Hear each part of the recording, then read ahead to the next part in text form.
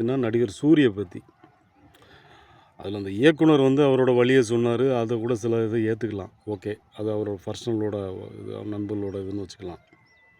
ஆனால் அவர் கூட இன்னொருத்தர் பேசினார். யாருன்னு கேட்டிங்கன்னா, கொடைவள்ளல் கொட்டாச்சி. இது வரைக்கும் எந்த கட்சிக்கும் போகாமல் ஒரே கட்சிக்கு மட்டும் ஆதரவு தெரிவிச்சுக்கிட்டு இருக்கிற கொட்டாச்சி. ஆமாம், ஏண்டா கொட்டாச்சி, உனக்கெல்லாம் கொஞ்சம் கூட வெக்கம், மானம், சூடு, சொரணம்லாம் இல்லையா? சூரிய பற்றி பேசுகிற உனக்கு என்ன அருகதை இருக்குது? சரி, நான் கேட்குறேன். பாண்டிய நாடு, வெண்ணிலா கபடி குழு, ஜீவா, இந்த மாதிரி படம் பண்ணார்ல, பல வெற்றி படங்களை கொடுத்தாரு. யார்? டைரக்டர் சுசீந்திரன். உனக்கு ரூம்மேட்டு தானே அவர்.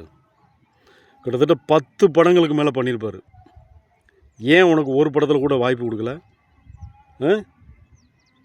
அந்த காரணம் சொல்லு. அப்புறம் பல வருஷமாக குழந்தை இல்லைன்னு வந்து அழுது வந்து என்ன பண்ணலாம் புலி மாப்பிள்ளை சொல்லு மாப்பிள்ளைன்னு வந்து அழுத. சபரிமலைக்கு மாலை போட்டு போன்னு சொல்லி இது பண்ணோம்.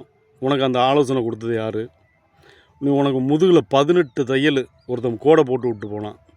அன்றைக்கி உன்னை மருத்துவமனையில் உனக்கு பீஸை கட்டி உனக்கு ஷூட்டிங் அனுப்பி விட்டது யார்? உன் குழந்தைக்கு முதல்ல நடிக்கணும்னு சொல்லி இது நீ வீட்டில் வச்சு ட்ரைனிங் கொடுத்துட்டு இருக்கும்போது அந்த குழந்தைக்கு வாய்ப்பு வாங்கி கொடுத்தது யார்? இப்படிலாம் இருக்குல்லடா. சரி, நீ ஒரு வீடு வாங்கினிய, 60 லட்ச ரூபாய்க்கு வீடு வாங்கியிருக்கல, அந்த வீடு பால் காய்ச்சினிய, உன்னோட நண்பர்கள் யாருக்காவது சொன்னியா நீ? இவ்வளோ சொல்கிறல்ல, சொன்னியா நீ? இதை மாதிரி நிறைய இருக்குது உன்னை பற்றி பேசுகிறதுக்கும், புரியுதா? அதனால் இனிமேல் வந்து இன்னும் நான் சொல்லக்கூடிய விஷயம் நிறைய இருக்குது. அதில் மறக்க முடியாத விஷயம் என்னென்னு கேட்டால், இந்த மயில்சாமின்னு ஆன்மா உன்னை என்றைக்குனாலும் மன்னிக்காது. புரிஞ்சுக்கோ. இன்றைக்கி வேணால் நீ வீட்டுக்கு வரலாம். அவர் இருக்கிற வரைக்கும் நீ வர முடிஞ்சா கடைசியில்? சொல்லு.